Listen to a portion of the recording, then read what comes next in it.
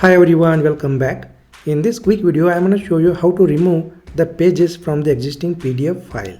In order to remove the pages from a PDF file, open that PDF file in a Chrome browser and click on this print icon over here, and here destination choose save as a PDF, and in the pages section choose the custom, and here just specify the ranges that the PDF pages you want to include in the destination file.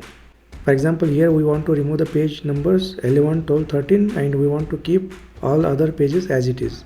So here we just specify the range 1 to 10, and then we remove the page number 11, 12, 13, and then we want page 14 and 15 like this, and just click on save, and here you can give different file name and just save it.